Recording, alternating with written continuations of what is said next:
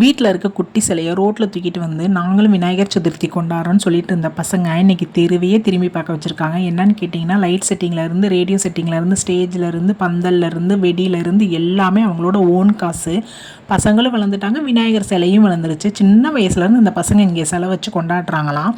ஆனால் இது இவங்களோட ஓன் இடமும் கிடையாது. ஆனால் வருஷத்துக்கு ஒருக்கா அந்த இடத்துல கண்டிப்பாக அவங்க சிலை வச்சுருவாங்களாம்.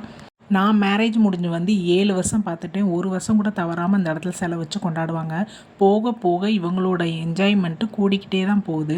அந்த குட்டி சிலை இருக்குது பார்த்தீங்களா, அது இந்த டான்ஸ் ஆடிட்டு இருக்காங்களா, இந்த சாருகெல்லாம் சேர்ந்து ஒரு நோட்டு போட்டு வீடு வீடாக வசூல் பண்ணி வாங்கி வச்ச சிலை. அந்த சிலையை ஸ்டேஜில் தூக்கி வைக்கவும் இதுகளுக்கு ஆட்டம் தாங்கலை.